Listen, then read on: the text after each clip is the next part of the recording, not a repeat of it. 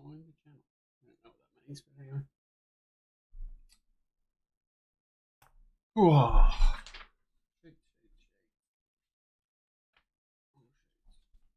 Wrong sheets. Right sheets.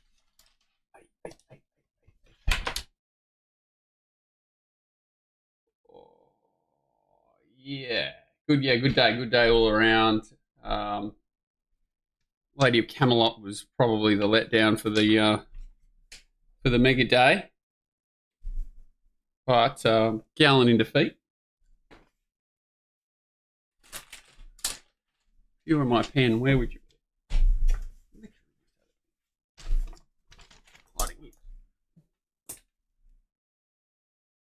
I don't do much of the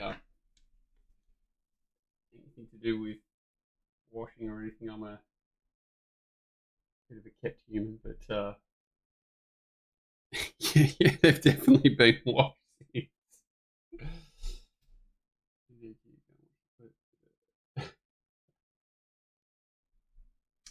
All right, Rosehill first.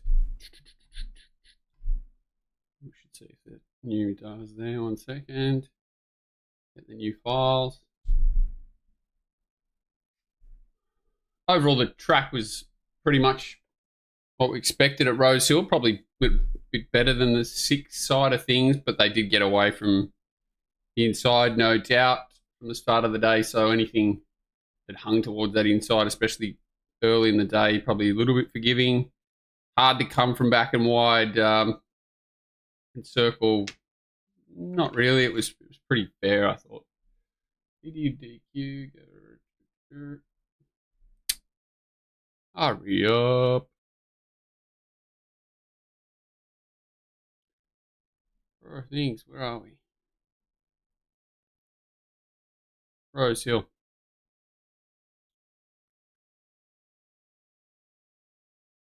So a slow start, first race of the day, fast tempo. They sort of go out pretty quick to the 800, lifted it, and then really slow home, which is what it. Starter about to release the big field. What it looks like pretty visually. Stand by.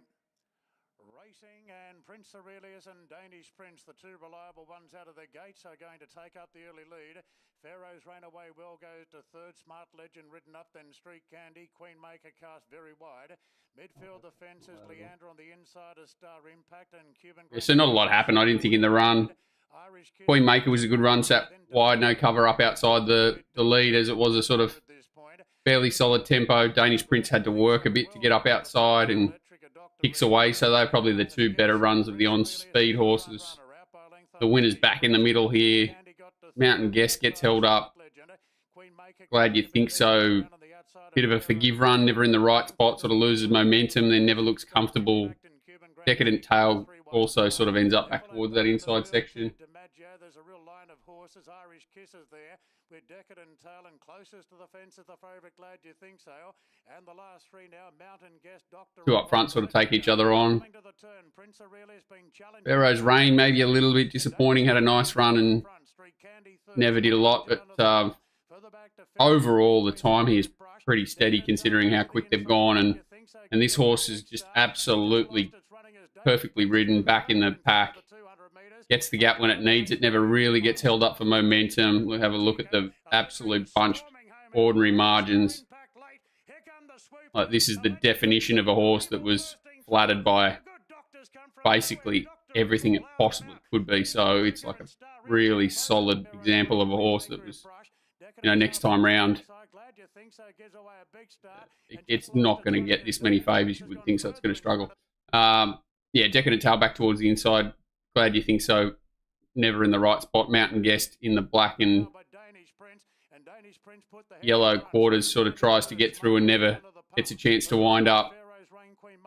Be careful of overplaying these sorts of runs next time out, simply because it had the pace assistance from the fast tempo up front and kind of got to the right part, just never got a crack at them. So it could be overplayed. I'd be very wary of this form in general. Danish Prince was probably the run of the race, up out on, and Queenmaker got to the right part, but it did sit wide, no cover the whole way. So I'd say that they were the 2 better runs. Cuban Grand Chico sat wide with cover. these horses had the sort of softer sits and got to the right part, I would be neutral to negative about these couple. And it's probably the only positive run with Queenmaker. The rest, either forgive-ish or negative. It's a pretty poor race and not a very exciting start to the day.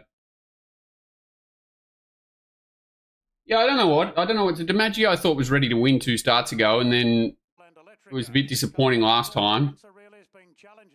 And, yeah, certainly a horse. I think it's a 1,400 metre on pace horse. I don't know if it runs this trip, so it's a tricky one to line up. It sort of needs to be well placed, I think, DiMaggio. I think that's enough about race 1.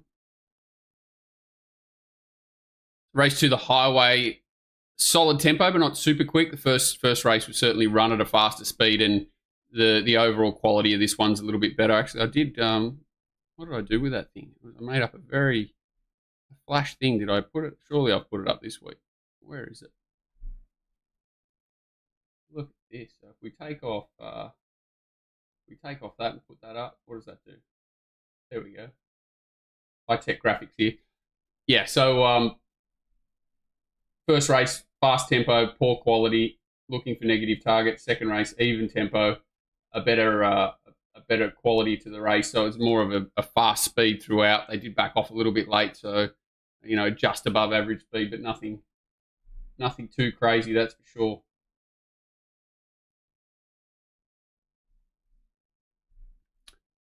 So Belvedere Boy, last up we were with him and just sort of missed the kick. Everything that could go wrong did go wrong. Got stuck back towards the inside and forced to make a run there. Jump better today. Nash sort of elected to take a sit. Ends up in a pretty good spot, even though he's sort of beyond midfield. He was always travelling comfortably in clear air and got his chance to wind up. A couple of runs that looked decent here. Palazzo Prince only having his 3rd start in a race. Ridden forward, so he's been ridden pretty conservatively. His 2 starts, ridden up outside, a solid tempo. I thought his effort was good.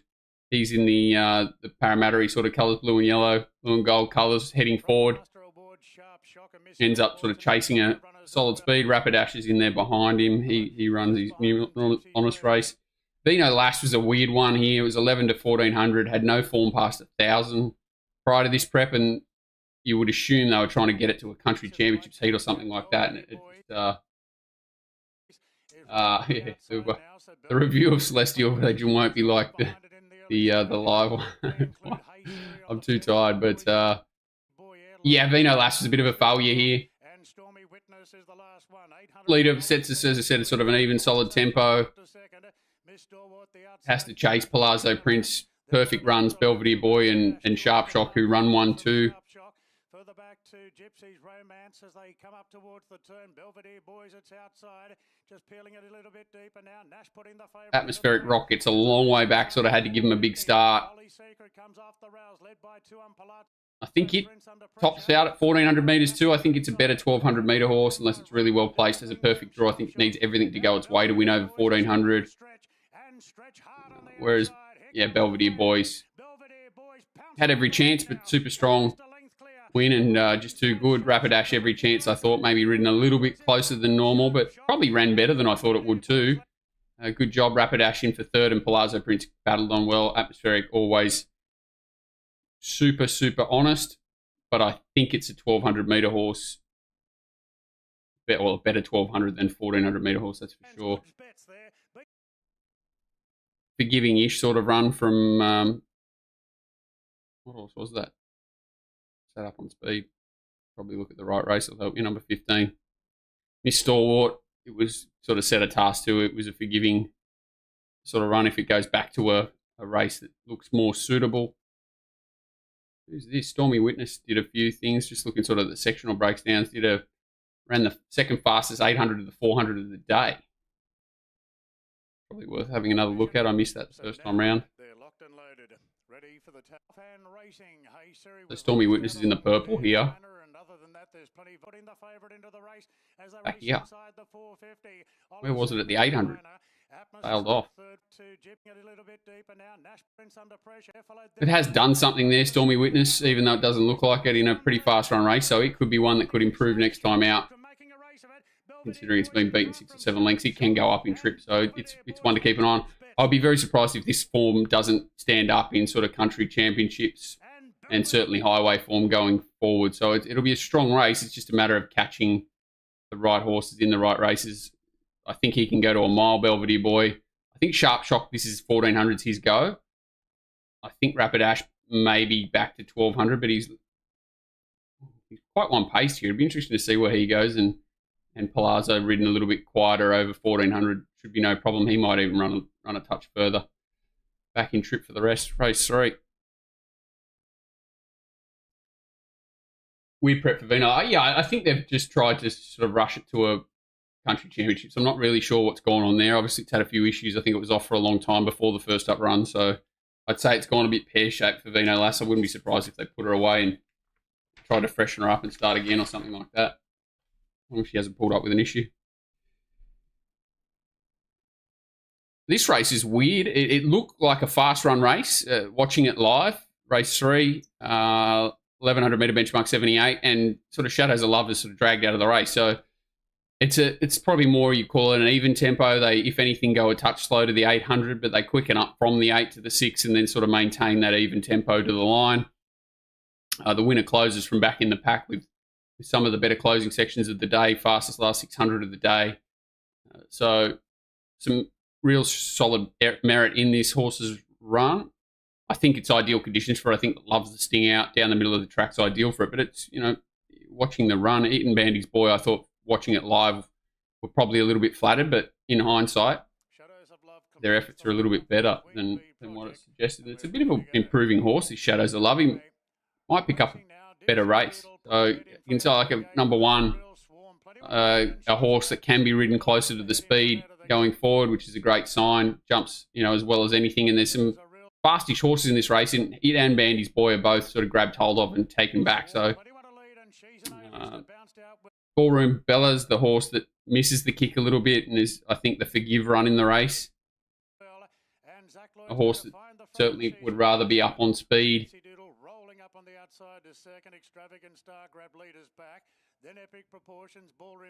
They're still getting dragged back, Shadows of Love, here in the section where they're not going quick. So giving up ground that, I don't like to see that as a rule, but that adds merit to the win, I think. Bandy's Boy in the same sort of position. Extravagant Stars, the one who's had the absolute perfect run. No excuses for Epic Proportions. I don't think Ballroom Bella, as a rule, is a horse that would like to lead up a 3-wide line. I think it's more of a horse that needs a soft, cold smother and then come with a run. So I think this is a really good clean-out run for it. So the 3 weeks between runs, maybe. The run won't hurt it too bad. It's not as if they've gone 100 mile an hour, but I think it's a better horse in a race sort of where it can control or sit outside the lead and in a controlled speed rather than sort of chasing from back in the pack like it is here. Shadows of Love just makes a long, sustained run. As I said, sort of fastest last 600 of the day, adjusted for distance in class and all that sort of thing. Maybe not on sectional. So when I say that, that's just how ratings to win breaks things down, how I look at things. And Bandy's Boy really good back towards the inside. I said Ballroom Bella good. So I think first, third and fourth are the ones to follow out of this race. Absolutely no knock on any of them. They did get to the right part of the track. She's an A-list is the only one that really stays back on the inside there. Tipsy Doodle's just sort of getting a bit keen in its races. Whether that first up run really flattened it, I wouldn't be surprised to see James give this horse 3 or 4 weeks between runs and a trial just to try and get it back on track. But yeah, Bandy's Boy, Shadows of Love, similar conditions, sort of a 5-6 sting out of the track's ideal for both those horses. And Ballroom Bella even back on a drier surface where it can get a bit of control. I think all 3 of those horses can be followed. The format of the race, I think, as a form race, will be okay. I'm not convinced this horse, Extravagant Star's got a lot more to offer. And 2 on the inside probably need to be placed well to go well. Yeah, you would say that's where they're aiming up at. I don't know what's his... Let me just have a quick look at him.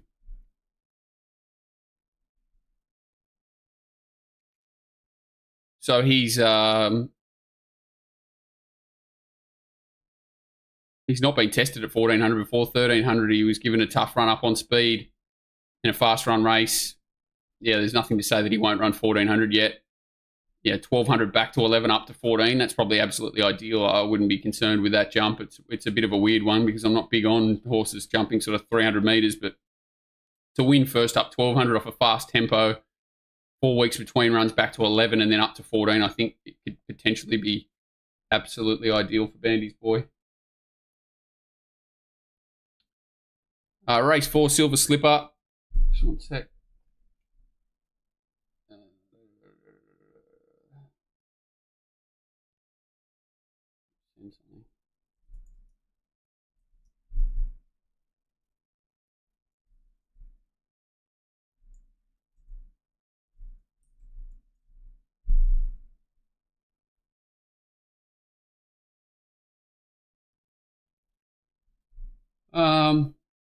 Yeah, Silver Slipper. So this was interesting. A bit of a conflicting parade feedback from people that looked at these horses pre-race, and quite a few sort of said that Straight Charge was potentially parading a little bit more.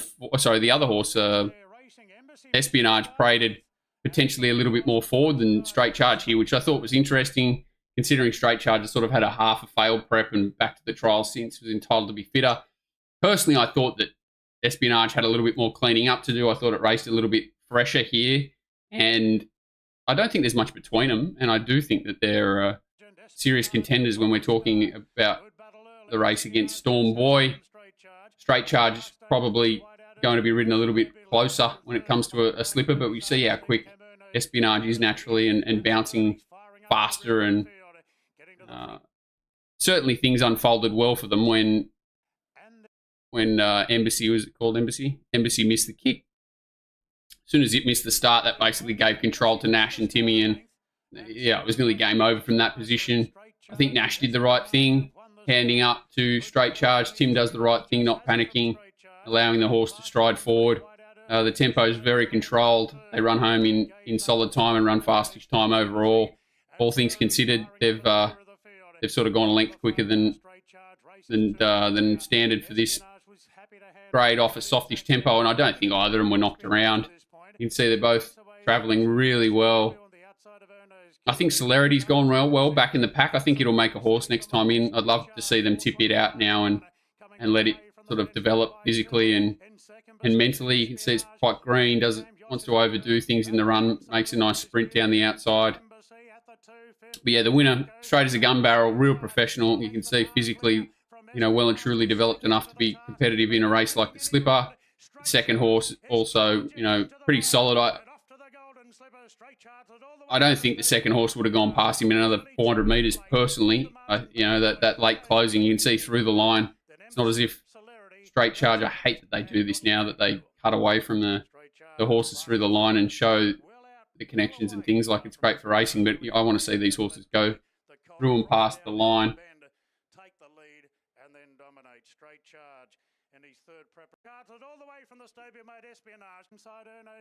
Yeah, for me, the only two horses that are going to be competitive in a slipper are the first two.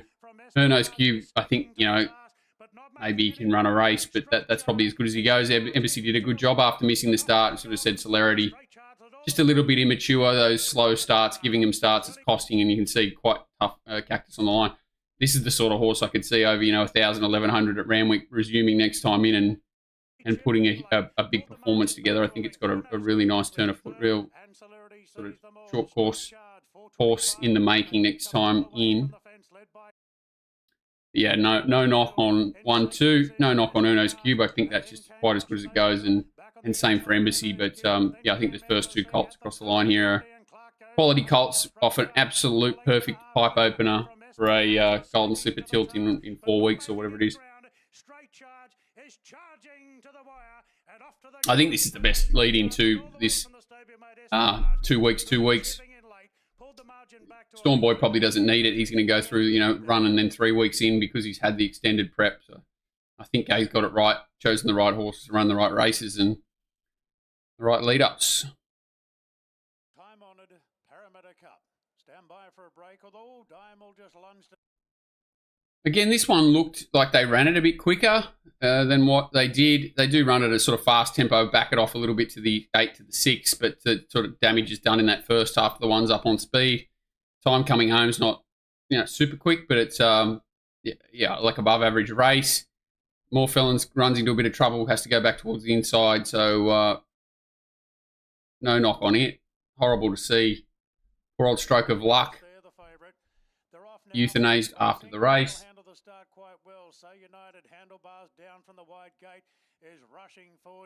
Yeah, I think they'll go to the Todman, both of them. I'd be surprised if they didn't.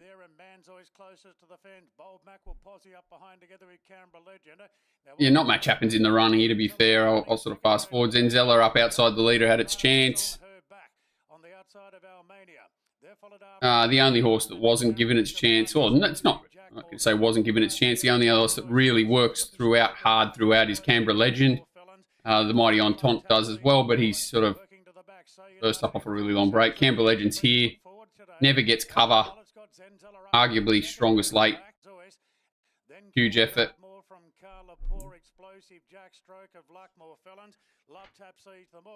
They've got 1,000 metres to run. Say United in front by just on a length to Zenzella.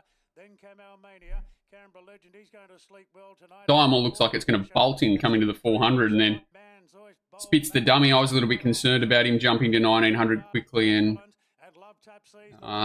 it was a bit of a weird one, but a bit playing late. The winner's back on the inside here, not really travelling at any stage, so you think it's got huge upside. The Mighty Man's Oyster towed up like he might do something and wasn't beaten far, but it's hard to say that he's back on track, that's for sure.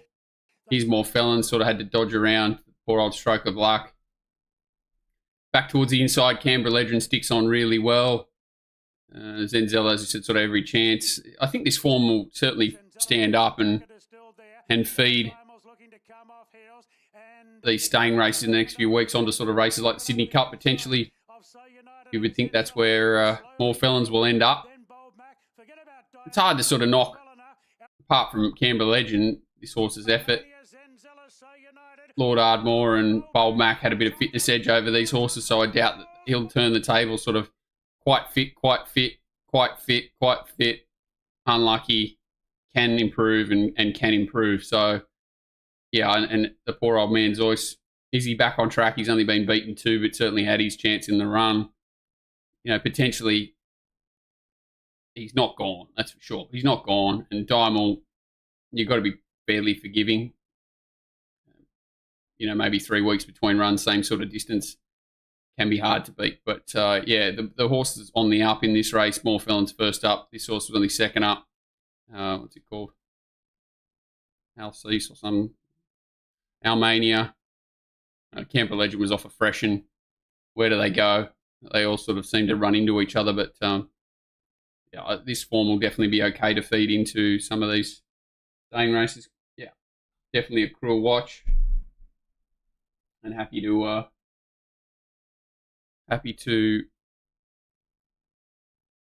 provide that bit of pain for you, whilst others had some pleasure.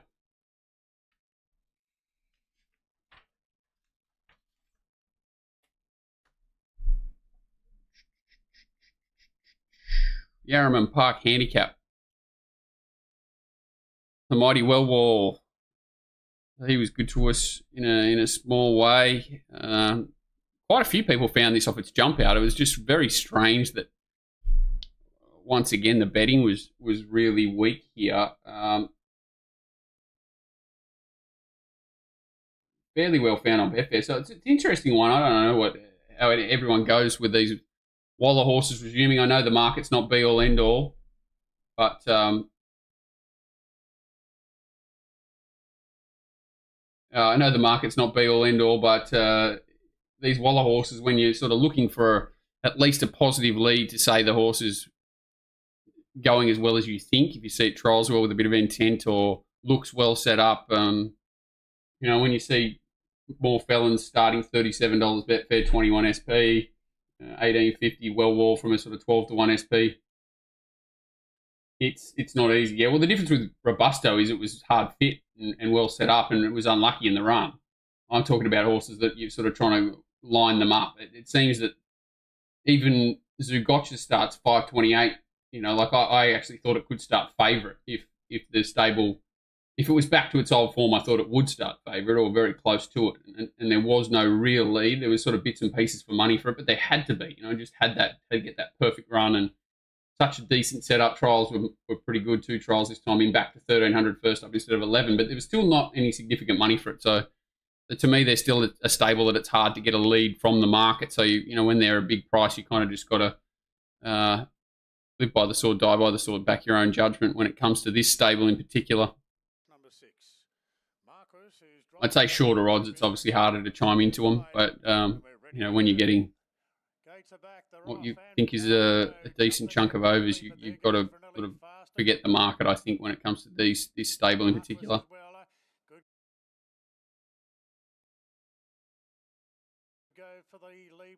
Yeah, the race in general, hang on.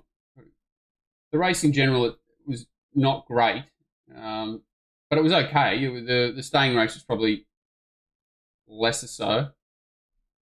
Yeah, you've got to always back yourself, but it's there are stables that do give you great information when their horses are very weak in betting first up and things like that. It's you'd be silly not to take some sort of notice. I'm not saying don't bet or whatever, but there's some that give you rubber stamps, and there's some that you're sort of betting blind a lot of the time because whether they don't know or just means nothing. Some stables certainly far more switched on with how their horses are going and have an influence over the market compared to others. Quite keen in the run. This is over Robusto, ends up in an awkward position and has to make a bit of a long run, but was, from what we can tell, first up off one jump out, whereas Robusto was hard fit, did have to cover more ground. Thalassophale in the file in the middle goes really well. Thought Faulkner Park went all right first up. I thought Little Mix went okay for a staying sort of horse first up. Mark was a little bit one pace, which I fell into it a little bit more than I should have for sure. I thought sort of the way the race was run, getting to that middle of the park with that mile run under the belt, might just keep going. Palmetto went really well. The young jockey did nothing wrong on it. Cut as bit as wide as she probably could and sort of got forced back to the inside a bit by Marquis and Vernelli. Going forward, quite hard to line these up. Who's going to improve significantly, but a lot of them are going to go to different races. So whilst Robusto certainly had excuses, he's just at his absolute peak, can't go any better. This is the first time we've seen Well hit the line and win a race out here, and it was only first up. I said sort of did a little bit wrong, so it can improve. Palmetto's returned as, you know, in the form that it's shown previously. It's gone well. Marcus, I think, went okay. Probably just needs to go back up to a mile or even further, potentially. Thalassophale's a difficult horse to catch, but certainly returned well, and so is Faulkner Park. Kinlock sort of missed the start, got into an awkward spot and ran okay. And is that Premise on the inside of Little Mix? Yeah, they both went okay for stayers resuming, I thought.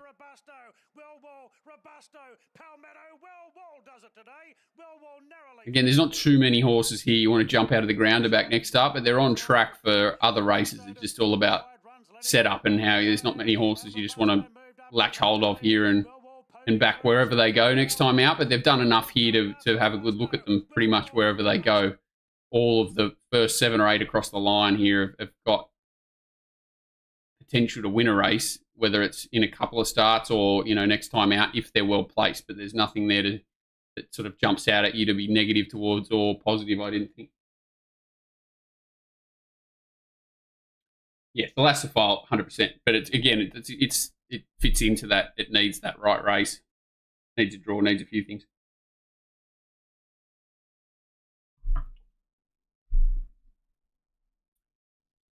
Millie Fox, bit of an unevent here. Absolutely slow tempo. Who banned you? Yeah, slow tempo here.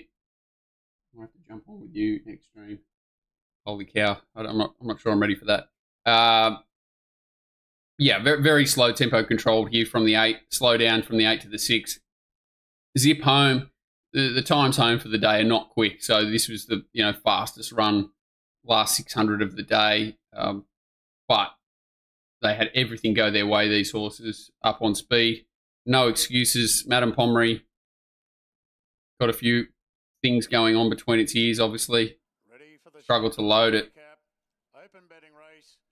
They're off. Renosa with the white cap left quite well. Then came Red Card out, and now Frilled is starting to muster. Probably want to put the right race on. That'll make life easier to review the race. Moves to the Fox Stakes. Stand by. There's that blindfold cast out the back, and they're off there in the Millie Fox and the favourite Lady Laguna jump brilliantly, and so did Madame Pommery in second. So I think he was a bit surprised, told Lady Laguna when How Good Are You didn't ping and give it a bunny, which probably didn't help. I think it's a much better horse with something to chase.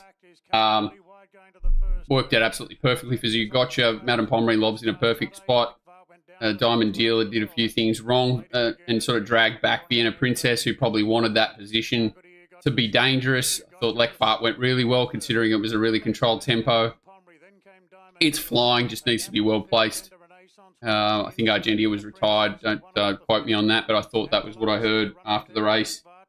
So we probably won't see her again. I'll have another look at Renaissance Woman. It's probably the one horse I haven't looked at, but I didn't expect her to be suited to a sit sprint here. So whatever she did, I'd be quite forgiving of, unless she's extremely plain. I think she can improve in a very different race, but I think she's a bit like Philosopher, needs to be well placed. Mare's Grade's probably her thing.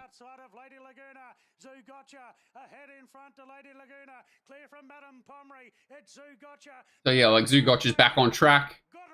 Certainly, absolutely no excuses, but this winner is absolutely flying, hard fit.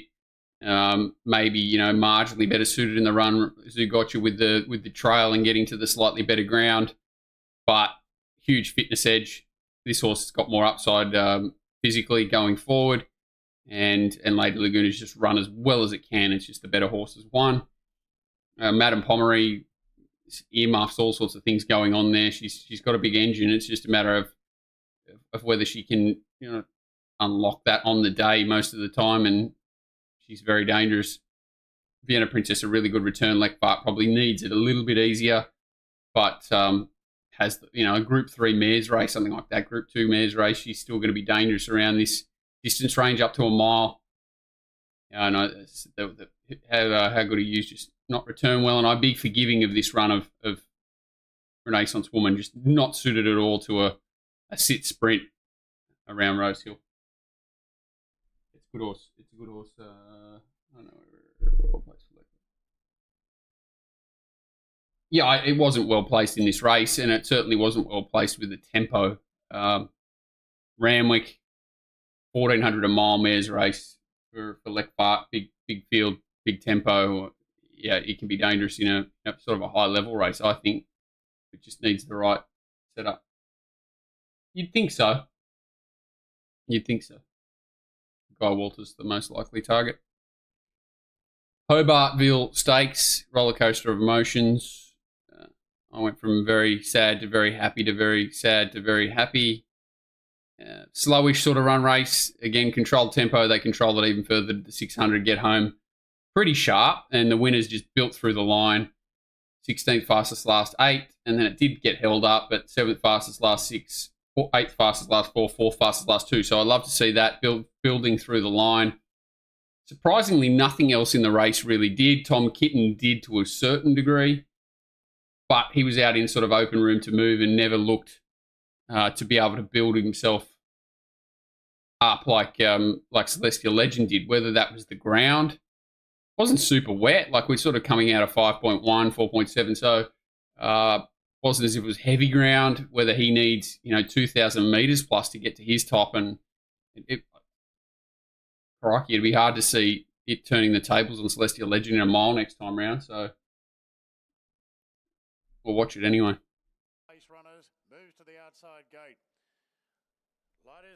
It's a little bit weird at the start. It looks like these horses are all going to be sort of stuck in awkward positions. You got Celestial Legends like running 4th, 5th last. A couple of gays weren't that sharp out, and certainly a good effort by McAvoy to to get on his bike because there's no real position here. You've got Tim sort of floating forward. You've got Vampire up in front. Even Ducasse is like holding a position up there near the speed. Fukabana's a horse I want to look at from a country championship perspective if they're going to go that way. But yeah, great effort from McAvoy to somehow end up in the 1-1 position. NCAP, is that not NCAP? That's the other. That's the stablemate. Flying Trapeze. I think it was NCAP. They would have probably booted up and tried to hold it out. Tom Kitten a little bit keen in an awkward position back towards the inside, but nothing too crazy. CL Wolf is the horse that scares me. I just thought he didn't look like he was going that well. Gets caught wide here. Does have cover, but doesn't get beat too far. And even Cafe Millennium looming up. But was a little bit of a dumpy race through the middle here. You can see they sort of all clump up, and that sort of does tend to help the horses cheat a little bit and sneak into the race without doing any work and not get beaten far. So certainly all merit for mine with the winner. He's even held up in here. He doesn't get on the back of NCAP that quick, and then he's lucky that sort of Raff Attack drops off here and he's able to get to the outside. And Tom Kitten wasn't able to sprint sharp enough to keep him in that pocket. So a few things did go his way to get that run, but yeah, once he sort of levels out the grey horse, it's pretty hard to argue that this horse is not clearly superior to these horses in this distance range. It'd take a good set of binoculars to say that Tom Kitten would catch him in another 200 metres.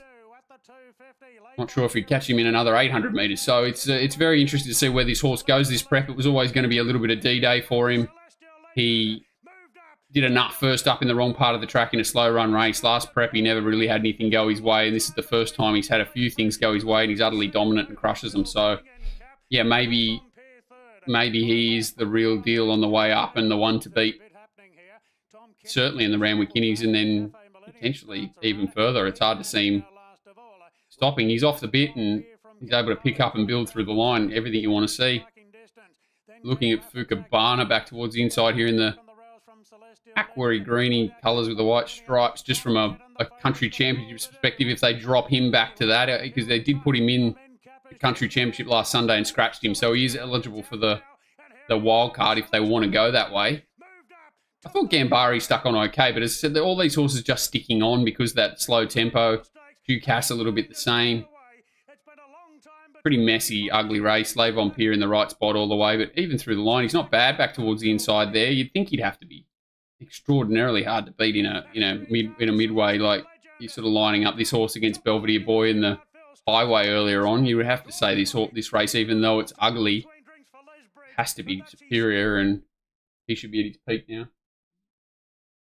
Yeah, no more dance. I'm not reviewing the dance. It was good. It was good to get a result. Those early prices, I probably got a bit wrapped up in the day, to be fair, and forgot to handle it a little bit more professionally. But it's good horse, good result. I've always had a bit of an emotional attachment to this horse, and it's good to see him back on track. Big Tom's the one that the jury's probably out on a little bit, and he has to prove himself again now off the back of that. NCAP, I think that's as good as he can go. Le Vampire the same. This bloke can improve out to 2,000 metres, and this one, as I said, eligible for a country championships qualifier. So it's got to be dangerous if it goes back there. I thought more would be said about the ride on the stablemate to the winner here. Renosu. I thought it was a little bit blatant that they were super aggressive early. Well back to stablemate. I thought more questions would be asked, let's put it that way. But regardless, not much of a race. They go out fairly controlled, speed up a little bit, don't come home overly quick. It's not a poor race. It's just a bit of an even race, not going in here looking to be super negative or positive about anything. It's just a bit more how it unfolds. It looked a diabolical race to me prior, where there weren't too many things lined up for anything. It was sort of a race where you could make a case for everything and build a case against most. I thought the run of the race was Rainbeal. Again, a horse that could probably hold a spot if it drew a gate, drew outside, and just completely negatively ridden, dragged out of the race. So in a even tempo, 1,100 metre race around here, it's not ideal to be getting dragged out the back. Does get inside runs and comes through towards the inside, which compensates a little bit for being dragged out. But as you said, like, you've given up. If it drew a gate, I think it could have been sort of 5-6 lengths closer, spending the same amount of petrol. And Frill continues the charge on the outside to Renosu. Red card is in a stalking roll third. Clear then from Omni Man. Yeah, I think it was blatant, and to not be asked, what's going on with the clear intent, like, that's intent. That's not anything but intent. He's certainly very scared to let this Frill run, which I think is probably to its detriment. As you can see, it sort of gets fired up anyway, whereas I think it doesn't have a sprint. It's just a fast, sustained burst horse. So I think fighting this horse is against it. Probably needs a Blake Shin, Tim Nash to ride the horse to its best, I think. Hippo, Josh, one of these sort of riders that's used to riding for Gay, or Newnham, or someone who, likes to run fast, even sections. I think that's far better suited to Frill. Always tends to fight on. Red card I was concerned about on a softish ground. Obviously, it wasn't that wet, and with this perfect run, just a bit of a McDonald masterclass. Not much between most of these. As we said, like, there was a lot of horses here that weren't suited to 1100, wet track, dry track. There were things against most of them, getting back in the ruck. These two horses sort of fighting each other. Libertad hasn't finished the course. The race in general is a bit of a nothing race, but I think you run this race 10 times and mix the barrier draws up, you probably get quite a few different results. Quick tempo poking through there. Derry Grove kind of got in an awkward spot where it had to make a long wide run, which was not ideal off a soft tempo. Rainbeal made a long run but sort of cut underneath them. Renosu was the bunny back towards the inside, forgiving a bit. It was probably one of the better runs in the race, all things, but did set a relatively even tempo. Yeah, Blake it across these horses. Maybe Mabel back to 1,000 to Ramwick, well suited, ready to win. Rainbeal might be able to go up in distance a little bit. Omni Man and the winner, they're just horses. Put Timmy ride Omni Man. He's a funny horse, Omni Man. He certainly had his chance here, that's for sure. Bit of a nothing race. I agree, poxy sort of race.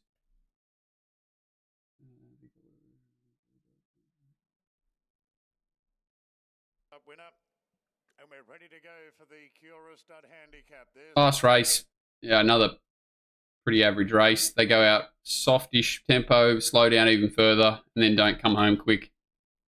Overall, pretty weak race, and that's what it looked like, to be fair. Dakota Vroom slow out. I think they tried to go a little bit too slow on most of these horses. The two stablemates settle up front. You can see there that, what's it called?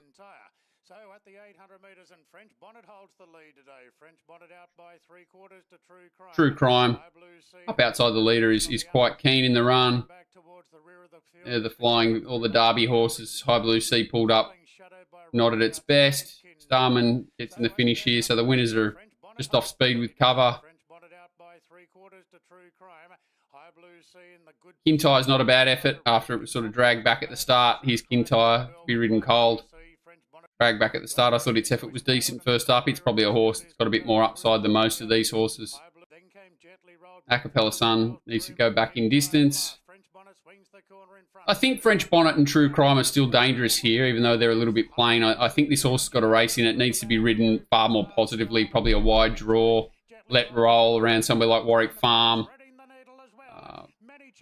But, yeah, winners first and second pretty much had their chance. Very fit, well set up horses. Romeo's Choice the same. I'm not sure where it was in the run. And Kintyre's the one that made ground a little bit from against the pattern. So Romeo's Choice has had a bit of a wide run there. A very fit horse. I wouldn't be giving it too big a bonuses. I think it's a pretty poxy race overall. So I wouldn't be jumping out of trees to follow the form. The winner, okay, fair enough, but certainly every chance both runs back. It can improve again. It was off a really slowly run, messy race last time and again this time, so it can improve, but probably needs to continue to go up in grade with benchmark points and things like that and continue to be competitive. Yeah, I would agree with that. It's a Wednesday race. It's a Wednesday race. So I didn't think there were too much like horses to follow. Sort of everything was pretty self-explanatory there. Sort of negative the first race, Dr. Evil. The second race would be a good feeder for highways. I think Shadows of Love and Bandy's Boyle run okay out of 3. Straight Charge and Espionage out of 4 will be fine.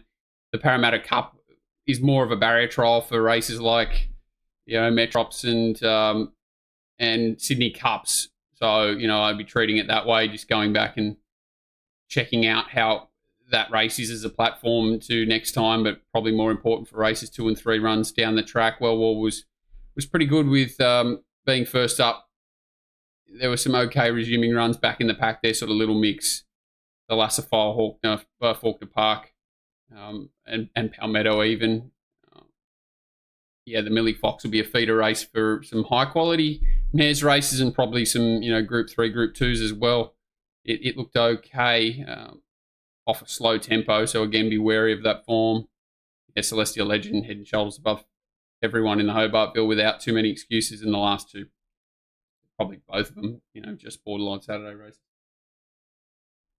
Not ignoring you, but I don't see much to talk to Anthony Road going up the ladder quite solidly. I talked about him. I thought he was just pretty fair. I think Starman probably, I think Brisbane's probably his go for sure.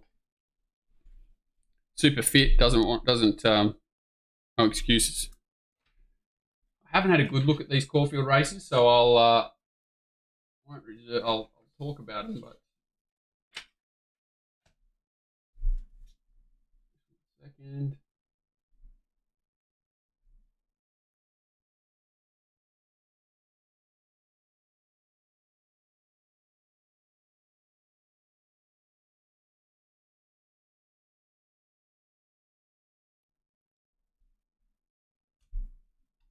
Print that. Something to look at.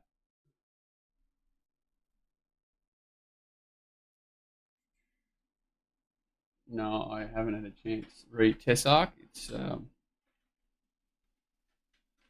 certainly been lost.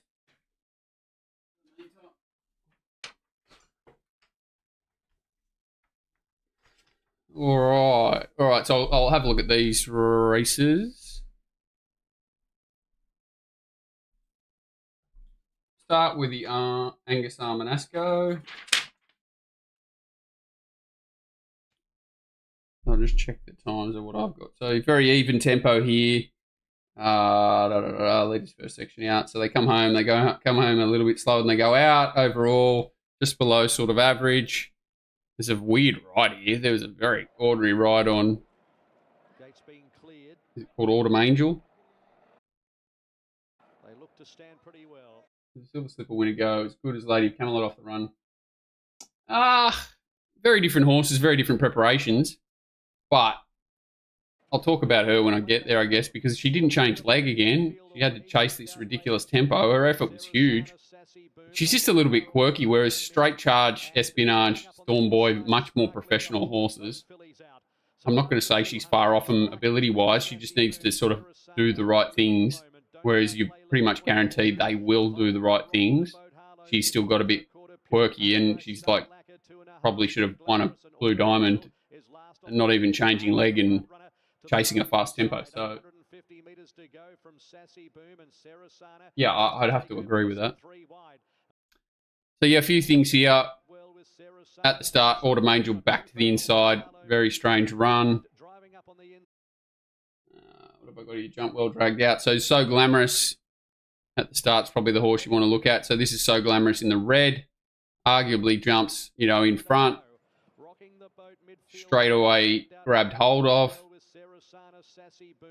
Ends up back towards the rear. So this is the same horse. Hate that. Sometimes you have to do it, but I still hate it. And dragged like 2 lengths back, even behind. So forgiving a bit. Winners outside the leader. 3 wide, no covers. Solid effort. It's called Sarasana. And so Glamorous back here, keeping an eye on this ride on Autumn Angel. I'm assuming it's queried. I haven't looked at the steward's report, but I'm assuming there were questions asked of the ride on it in particular. So Glamorous outside it. Autumn Angel on the fence. Winner's a good effort. Sits outside leader. Boots away.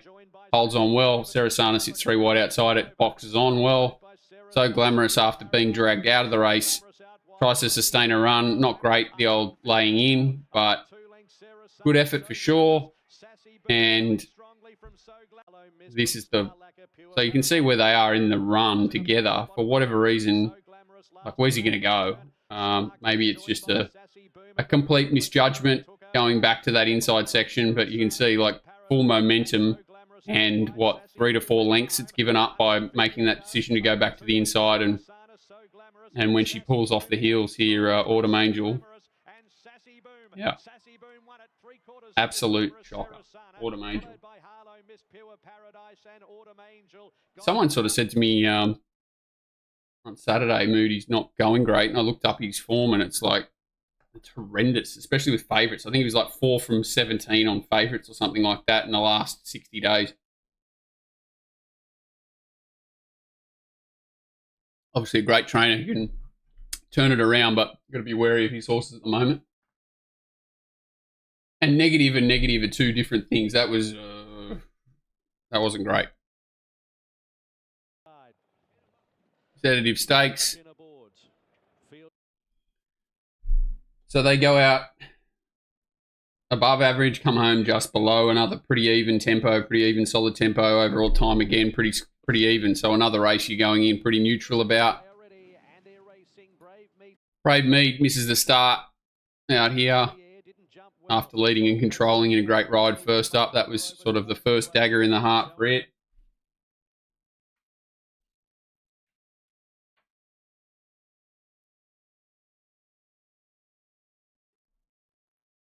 Yeah, but you can't really do what they did. I know what you're saying, but you can't really do that. Dakota Fire got to third with Hello World Legacies, Don Corleone, and they were followed by Pivot City in the back half. Well back is Scully as well with She Light just ahead of it. Brave Mead second last, and at the end is Wolfie. So it's Raikoki the leader, 800 metres to go. So Wolfie was the other horse that missed the start with Brave Mead. Koki stacked them up. 450 metres to go from Lakota Fire. Then came Mahaba 3 wide. Hello World behind them. There's almost a run for it. Then She Light, Legacies deeper. Brave Mead down the centre of the... Poor old Brave Mead's had to take off before early settlers and circle and peaked. His effort's pretty good. Followed by Legacies. Raikoki, 100 metres to go. Still had a buffer from Brave Mead, trying hard, but it's all Raikoki. Raikoki won it. Brave Mead second. Scully and I catch a third. Outside followed by Legacies. 150 metres to Scully's run really well from back in the pack there, but sort of had that run I don't mind at Caulfield where they cut through, just didn't get through in time and hit the line quite well. His effort's really good, sort of gets held up for momentum there and has to stop start, so certainly didn't get its chance. Very unlucky Scully.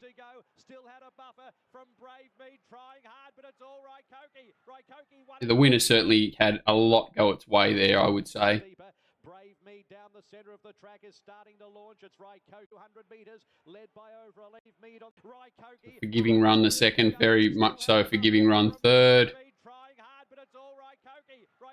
Don't know what's happened with Don Corleone in here. Just sort of never got tested at any stage and whether it wasn't going any good or not. Hard to tell. Doesn't look like it was going that well anyway, but a bit of a forgive. It's a bit of a poxy race. I'll be wary of that form. Probably the one horse that looked very interesting was Scully. It certainly was the one attacking the line. What's this race? Autumn Classic. So this is Derby sort of horses. Fast run race, fast run overall time.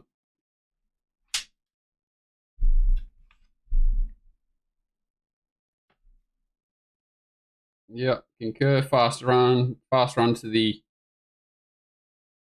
8, fast run to the 6. So they've really gone quick to the 8, slowed down a bit to the 6, but still fast, and then home, below par, but not too bad and fast overall time. So this race looks solid. So heading into this, trying to be fairly positive. Ready to run. Set Set, and away they go.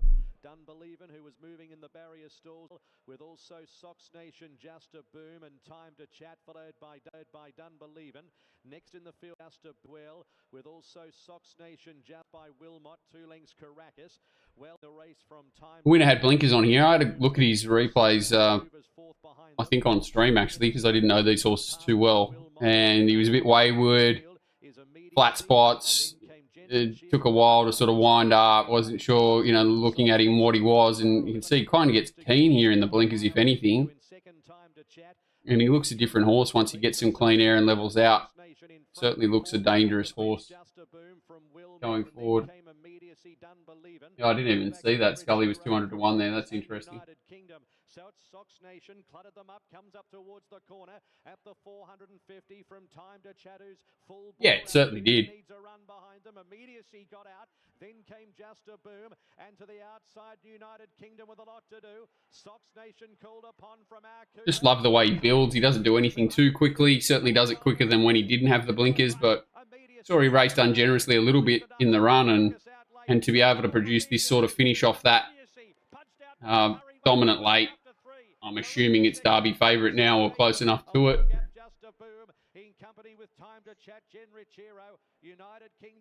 Australian Derby, $11.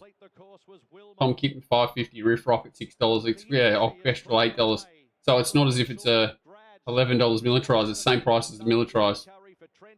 It's hard to argue with that off what you've seen there, but it is probably... Is it first prep or has it had another prep?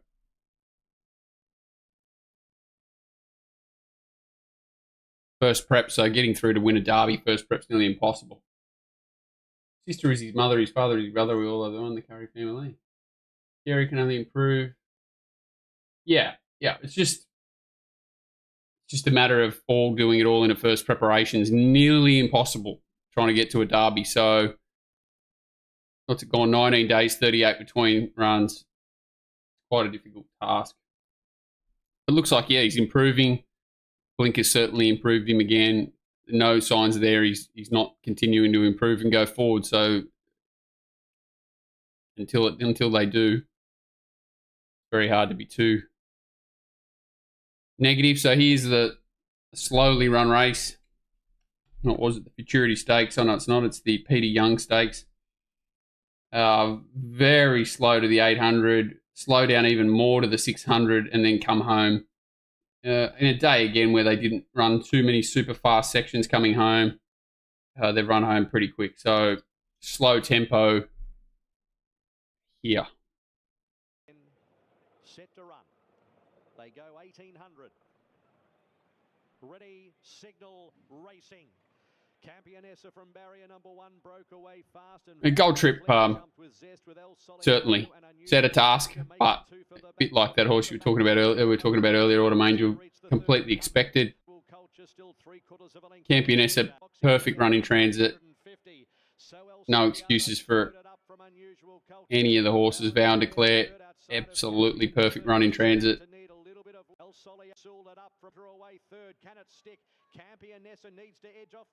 I don't think that's too much of a disadvantage for Campionessa to not have had room to move and sprint, you know, like Vow and Declare and these horses. They take a bit of time to wind up. She looks like just that absolutely perfect run. Gold Trip nearly looks the winner, and it's just that sustained run against that tempo that really tells on him late. Yeah, he certainly returned in good order. Yeah, hard to knock the form, but it's a bit of a joke race. 1, 2, 3 have all run well. 4's run well. Don't think it's really worth talking about too much more. Treat it as a barrier trial again to sort of whatever they step into next. Is there anything that ran poorly? Not really. Foxy Cleopatra, every possible. Those on speed, every possible. Just a nothing race.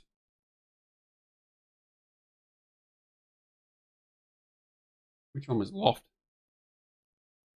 Ran second last. This is Loft here. So it's the one that comes wide, or is it sit on speed?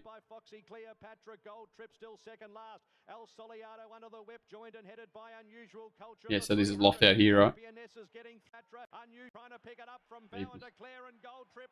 Yeah.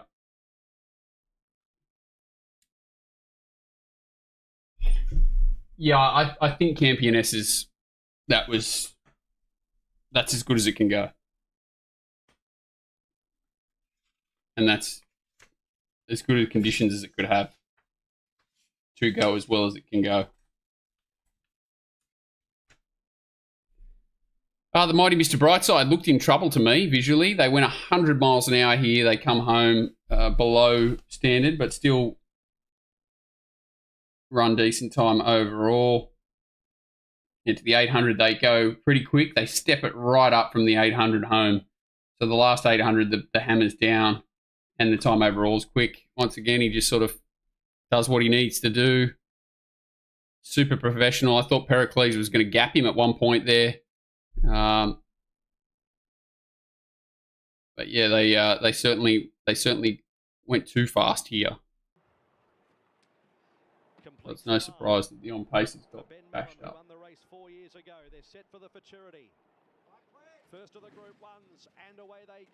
Didn't see any jockey footage, no. Led early from Mr. Brightside, Dom to shoot. And out deeper on the track, attrition. Buffalo Rivers getting into its work. Still 2 off the lead in the first 300. 2.5 lengths. Nugget followed by Hey Fat Cat and Munameca's last. He's not the best horse I've ever seen, Mr. Brightside, but there's not many that have developed into a more honest, bulletproof sort of type than him for a long time, that's for sure. He's got no weaknesses. He can be ridden forward, back. He can sit wide on fast speeds and maintain sprints. He can sustain long sprints. He can lead quick, and he can do anything pretty much. Maybe a little bit more one pace this time. Not one pace. It takes time to wind up. He's sort of dropping the bit a bit early, but he's still finding under pressure, and he's still got gears, and he's not been weak late. So he's and he's at his peak, I'd say. But you can see, like, Pericles here to me looked like he was absolutely bolting and was going to come off his back and really do something. And yeah, he's just got an overdrive that these other horses don't have. Much better run from Pericles. Regardless, good effort, Buffalo River. Just a really tough horse to get a handle on. Is that Munamek coming from the back? Not really a weight for age horse, is he, Munamek? But pace assisted. Dragged out, not really. Looks like they've treated it as a little bit of a barrier trial, really, and it's sort of poked through late. These horses out the back are just sort of closing in margins on the horses that certainly had a little bit more merit to their runs, I would have thought personally, sort of chasing that fast speed especially, and the one out in front who can break horses' hearts, so that these guys back here are certainly a little bit flattered in comparison to the ones on speed. Pericles probably had the best run in the race, and Mr. Brightside certainly had the right run, but he's clearly superior late. Not much learnt there, I don't think.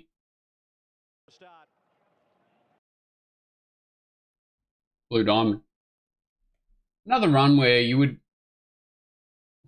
can't, what do you do? You question the ride on Spywire, or you just say it was a misjudged ride, or was there a reason for it? Why did they, he came back and said, I probably went a bit hard, but, it's not as if Mar's putting the speed on for other Mar horses or whatever. Maybe it was just a misjudged ride. Maybe it just jumped too well and he carved himself up. But where have they gone? About 7 lengths above to the 8, 7 lengths to the 6, come home about 6 below for 1 above. So they've run solid time. I thought the winner did a great job, to be fair. It's the only horse that kind of made a run and had to get off the heels of Coleman and go early and sustain its run to the line. So it's hard to make a case that it wasn't a deserving winner. The second horse, obviously, a monster run. And if they run the race 10 times, probably wins at 8. They are ready. Set to go. Racing. Coleman away fairly. Stay focused out quite well with Hayasugi and Spywire towards the outside, and Lady of Camelot fairly racing. Coleman away fairly. Stay focused out quite well with Hayes. Racing. She's like a quarter length slow, if anything. Lady of Camelot, and that sort of probably was enough for Johnny Allen to get excited about. Poor old Hippo's probably pushed her a bit harder than he would have if he expected Spywire to come out as quick as it did. But it's not as if he's not cleared those horses. The thing that's the worst part about these on-speed horses for Lady of Camelot is it didn't have anyone to take it further. He probably wanted Spywire to control the tempo a little bit more from the time it got there and then sort of take her a little bit further into the race, whereas sort of Hippo's already nearly taken the front here and he's dropped the hammer very early. Sort of see she crabs around the bend and never, ever, ever gets off that lead leg and onto the other leg to quicken. So her effort to finish as close as she did, you can see she's paddling a little bit like last time, and then when she got onto her right leg, she found another gear and sort of, I think if she did that here, she would have won. I think she would have won for sure if she changed legs. So that was a bad sign. I've heard him talk about this horse a few times that in track work trials, it's very hard to get it to swap legs and let down. It finally did it under race conditions when Tim rode it their last start, but back this Melbourne way, it didn't do it. So, yeah, that's sort of probably covering Lady Camelot in isolation. This is the winner, sort of Hayasugi. It's had to come 4, 5, 6 wide. Obviously had that pace advantage, but that is Coleman that it's on the back of in the run.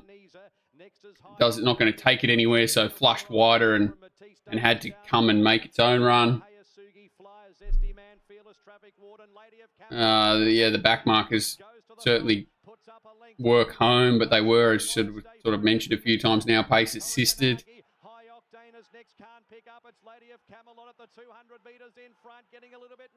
I didn't really see too many horses that were, unlucky in behind.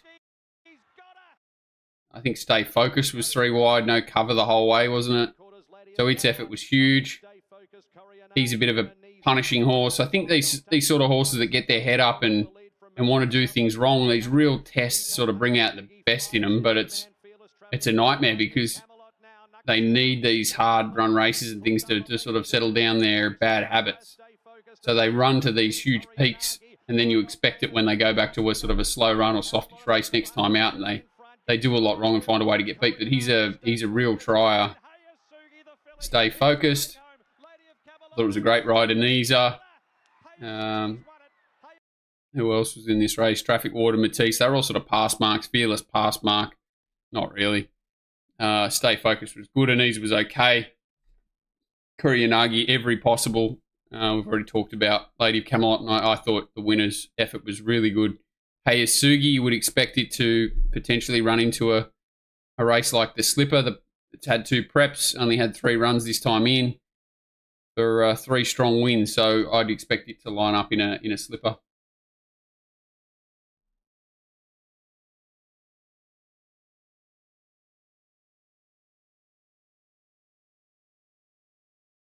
Yeah, I think Fearless is very green.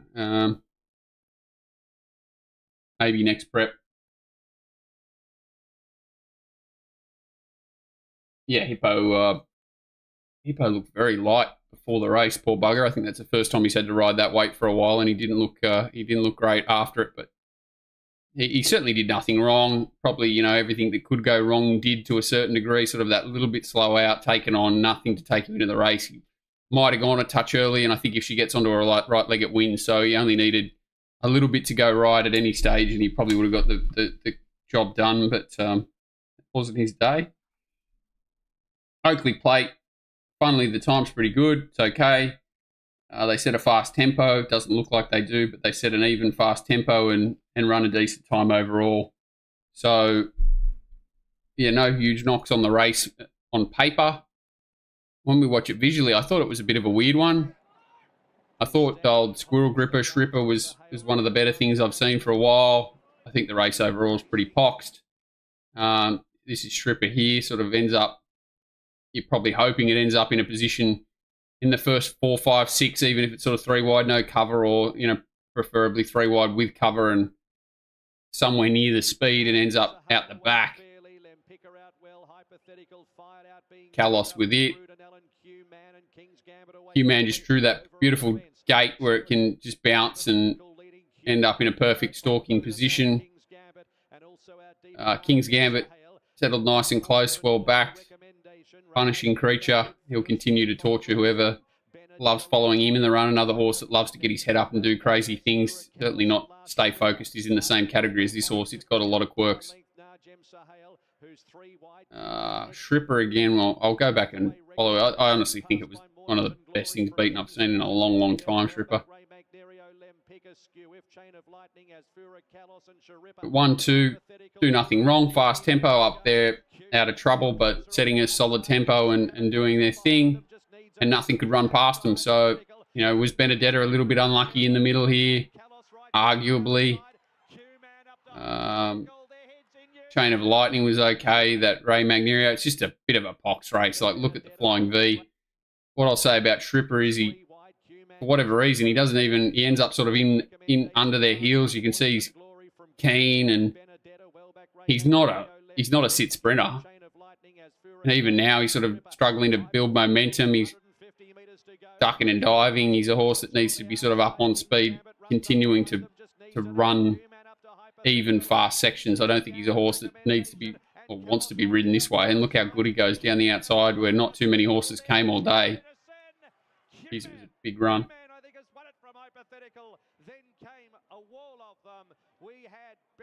Yeah, Q-Man. I'll tip of the cap to Nico Noonan. He just about not declared it, but declared it on looks from the yard. Just, you know, knew it was going to get the right run. Looked incredibly well. Run the race of his life. Something to that effect was what he said. And betting up each way. I think he backed a couple of runners in the race, but I think it was like 16, 17 to 1. So well done, Nico. He pivoted and put his balls on the line, and they got the result. So love to see it.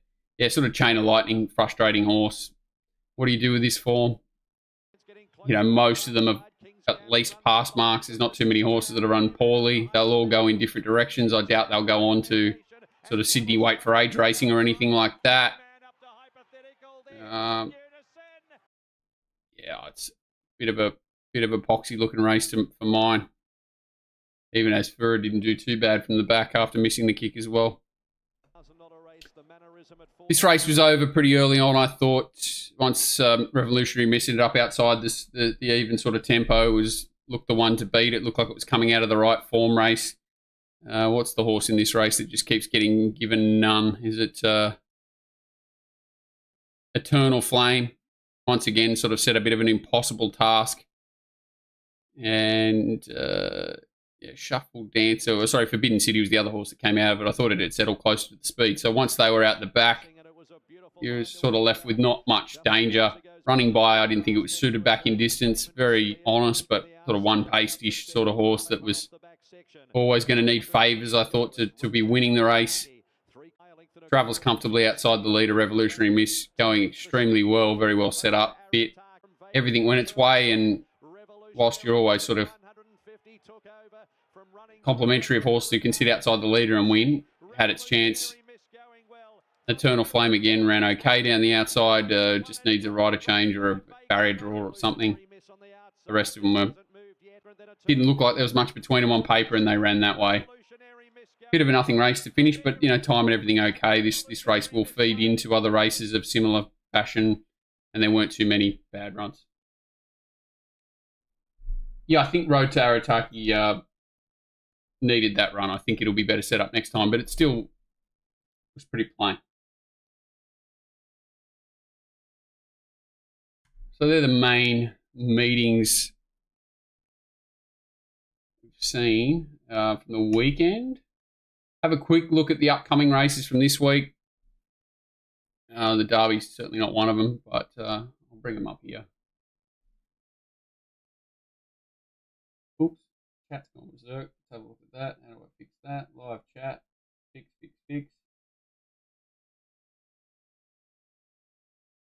Chat's gone berserk.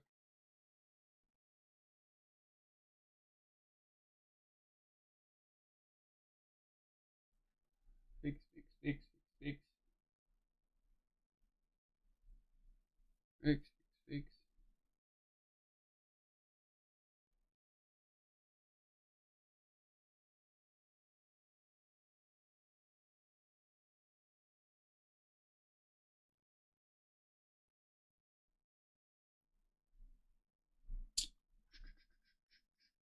Why is that not showing that? Because I've taken it off there. There we go. Yeah, so races coming up this week of note. Australian Guineas. Hard to argue that Riff Rocket's not going to be completely the horse to beat there. Glory, my Black Booker. Have a look at Ashron race 1. Have a look at Ashron from race 1. Oh, was that really slowly run race? So a terrific day of racing about to get underway. Sportsbet Blue Diamond. Like ridiculously slowly run first race. It's feeling and John and Ashron out the back. Steadily worked up a side. 4 lengths tailed off. John next the Infa. Dunkel's only a head away. A length and a quarter. Mancayan stoked up from Gear Up. Mahamadeus, Glentanius, Will straighten to Gear. Beaters to Gear Up. Mancayan. Dunkel. 100 metres to go. Strides clear from Mancayan. Yeah, huge. And Dunkel like won the first. huge. Dunkel, 3/4. Second Huge. Mancayan. They've come home like ridiculously fast, and it's run certainly probably one of the better 2,000 metre runs I've seen in a long time. All right. So what are we looking at here? Yeah, Riff Rocket. I can't see King Colorado turning the tables on here. I thought Militarize was pretty plain first up, but I'll just have another look at it.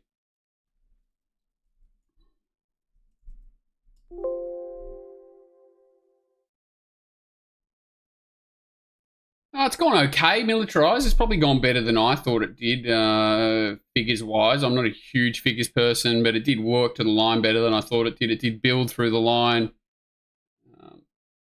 Just have a quick look at him. I'll have a look at all of them. They're set. First of all, so Attractable gallops to a length and a half lead with Thinkler's one off Lindemann in front. Sort of get squeezed back a little bit. 3 lengths on the rise, but Fangirl.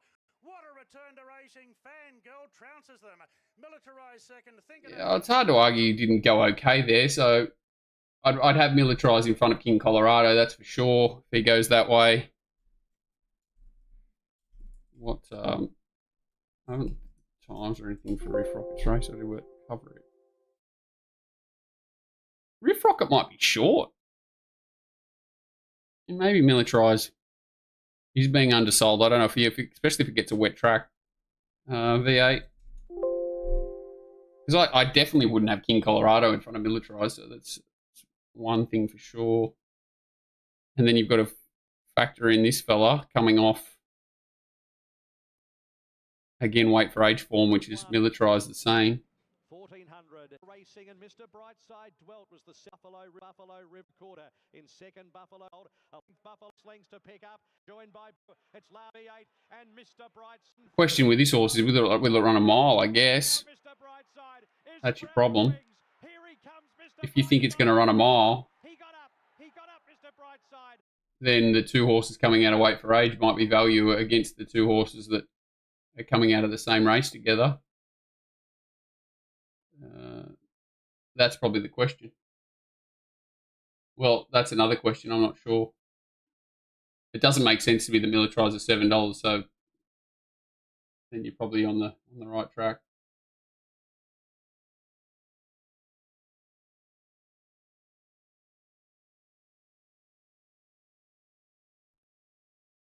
But certainly Riff Rocket looks insanely short. Both of those horses coming out of weight for age would certainly interest me if they line up against it. Yeah, definitely not be chiming in unless you find out where it's going. Sort of, I've got the wrong screen up there. Sorry. Yeah, I think the sort of $7.50, $8.50 are much more appealing, especially sort of final field-ish. There's nothing there that you probably want to chime in. I think V8's important. He draws a gate, even though he's probably a little bit more adaptable than the others. Yeah, jeez. Wasn't sold on Verdad first up, but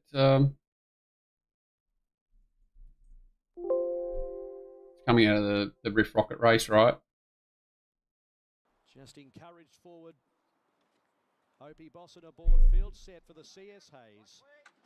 Ready for King Colorado, well back with Edmund 50 with Ambassadorial. And Harry for Dad's trying. It's very to Riff Rocket and King Colorado now over the top. Riff Rocket took the front at the 100 from King Colorado. Terrific return. Riff Rocket. I'm a huge fan of this horse, but I can't understand how it's possibly second pick. Like Verdad's got more upside than it. The winner's got more upside than it is shorter in the market, and then you've got to factor in sort of weight for age racing. A V8 back to it. I think it's the one that looks the weak point in the Guineas market.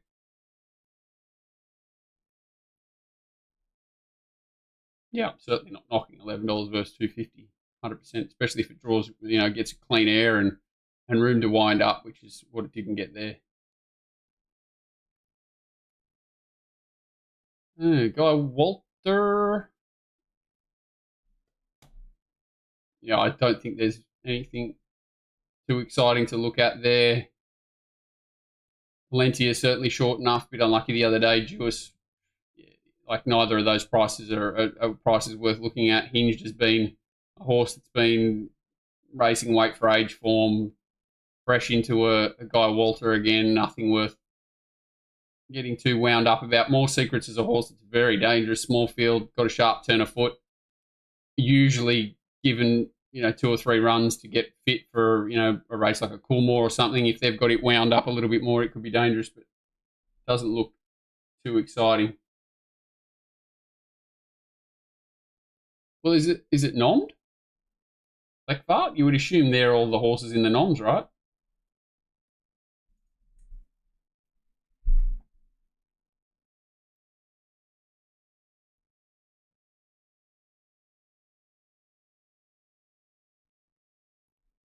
Going good. He's Fabergé, but I agree. It's a Wednesday horse. Guy Walter. Yeah, it's not nommed, but they're extended noms, so that's interesting. They might throw a late nom in, like that. There's another reason not to worry about really this betting market. If there are late noms, anything could happen, so we'll just leave it alone. Liverpool City Cup, another race that I doubt there'd be anything worth chiming into. This Wind Chat is absolutely airborne. A horse like Coal Crusher being in the race with Wind Chat is not ideal, though. Some interesting runners there. Another race I don't think, unless you like something at a price. Inver Park's an interesting horse. I wouldn't be getting too interested in this race early. Nothing interesting there. Skyline Stakes, I actually found a horse that's interesting here. Yeah, Cepheus, well, it had a long prep. I thought there's an interesting horse here that I'll bring up. And there is better around. It's probably my out wide early market horse for the week to a certain degree. This horse, President, I thought it trialled really well before its first up run. It gets dragged out here. Tommy rides it. And they run a pretty solid throughout tempo here. Track that's very difficult to run on from back and wide as a rule. This day especially, it wasn't great. I think the horse is up on speed, got full control, and I think the winner's a pretty good horse. So President's back last. A little bit keen. But a horse that can certainly take up a more forward position if it draws a gate on the weekend. Makes quick ground here. Sort of loops him. Shows some good acceleration, and then late it just knocks up here. You see it just absolutely dies on its run and knocks up. So I think this horse can take good improvement. I think it can settle more forward in a race. Oops, that was horrible. Oh, horrible through the outside fence. I think this horse, President, can improve significantly, and I'm not going to back, like I'm talking about running against Storm Boy. Certainly not a gimme race. Like horses like Juvana, Parkour's got decent enough form. Anode's not a bad horse. Prost is an improving sort of 1,400 metre tough horse. It's going to be hard to get past And we know Storm Boy's got good form, but I just think President, and there is better around, sort of $7, $8 the place. He's a very interesting runner. I could certainly see it starting, $15 and sort of $2.60, $3 a place. So I think $7 plus is probably double what you'll get come Saturday. So it interested me in this skyline.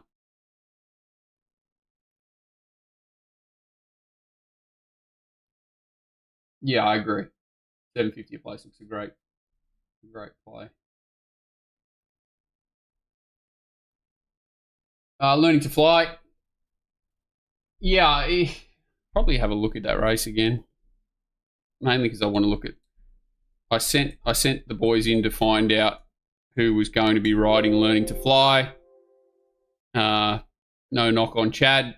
Certainly nearly pulled off a brilliant ride last start from what looked a horrible position early, but I was hoping that James McDonald was going to take the ride. He's not. He's going to ride Tis Invincible. So, again, the acid test, both these horses jump well. Victim of their gates to a certain degree, choose to be negative. Tis Invincible ends up 3 wide. Chad ends up going up the fence. And then Tis Invincible has to go further back and then comes wide. And Chad saves all the ground. So, interesting that James is riding Tis Invincible. I don't know whether he had the choice or not. Not really concerned. I'm a huge fan of this Learning to Fly. Apparently she paraded really forward. But it's always hard to tell, like off such long breaks, how much, until you can be physically fit on the outside, you still need to trim that fat on the inside. You still need to blow the cobwebs out. So I think she'll improve off that. And I think she's clearly the horse to beat. Yeah, he's definitely not. He's definitely booked for Tis Invincible as far as I'm aware. Who's Roll on High? It doesn't... is it a Kiwi horse or something? Flemington horse. Oh, I know the horse. Wide. Assistant starter and attendants just checking there. They're happy though. Gates are back and racing. Bezo a touch slow. And Lady in Pink going back towards the end of the field. Azula began quickly with Facile and also out wide, forcing its way forward very, very quickly indeed is Aprilia. They were followed by Runner back within the desire field is out deeper on the track. Elphingston, so Pacific and Aprilia deeper. Apache Song Pacific Cross. Star at the 200 metres. It's Roll on High and Jolly Star together from Kamachi. It's Roll on High. Yeah, so this form's good. I don't know if the horse is running or not, but for it to beat these horses first up, it's going to want to be pretty good. And we've already talked about Pete Moody, that he's probably not going as good as he can. So, yeah, I think gate draws are very important to say a horse like Tis Invincible. If Learning to Fly draws a gate, I think it'll go very, very close. And I can't see much excitement in any of the prices, to be fair. So it's probably a race that's a bit of a wash at this point. I think Estrella's going to Melbourne, isn't it? So trying to find anything for the left field there. Sweet Embrace, I couldn't find anything. I'm a big fan of this horse, Fly. I think it can improve significantly. I'd rather wait and see what the barrier draws do here. Manal was really good first up, I thought. Deserving favourite, Castagna's probably not one of mine. Tudan, Lizzie and Shadow Miraval, I didn't think there was much between them. I'm not sure if they're both going there. They might split them. Which horse is Wavebreaker?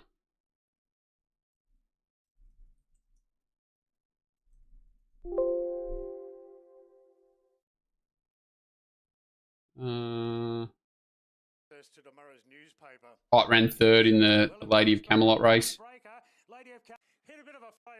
Yeah, okay. So Manal only just got over the top of it late. Extreme Diva had its chance in that race. So, yeah, I think Fly is the one that can potentially improve out of it. It might be like a mini touch of overs. I don't think Castagna's got the upside, and I don't think it's coming out of the right races. I thought that Switzerland race was just okay. Obviously, that Embassy forms around the horses that ran the other day. It did beat the tempo the other day. Castagna.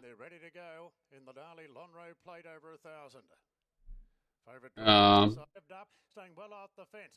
Embassy now for cover, then Kingdom Under Siege, Capital Dancer. To be honest, I struggle to find Annabelle's horses for the most part. Obviously, every horse you look at on its merit. I just didn't.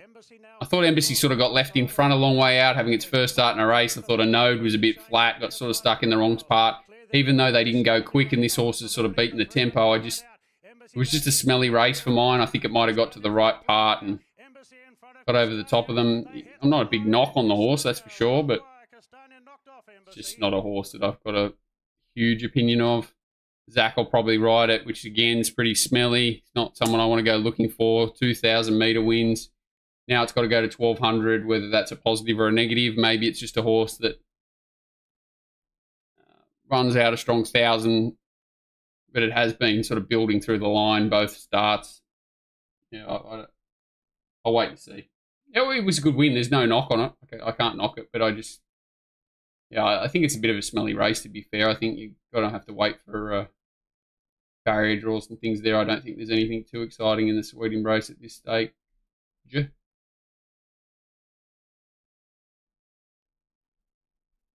think I can find the feature races. Where are they? That's not what we want. Feature races. Is that it? That's it. Yeah, so definitely the horse for me, betting early. President of the place. I think you can get $7.50 at least around the grounds. So it's the one that interests me. I haven't looked at Rosehill Wednesday at all. To be fair, Monday afternoons, the one day I get to escape and go bloody 10-pin bowling, very exciting. So I haven't had a chance to have a look at Rosehill yet.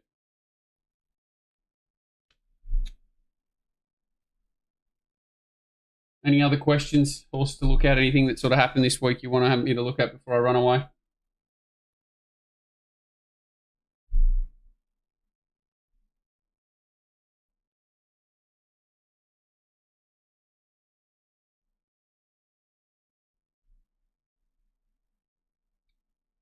Scoot and those fellas are doing a Wednesday live stream or whatever it is. So I didn't plan on doing anything Wednesday anyway, but I won't be back until I'll probably do Friday night as well.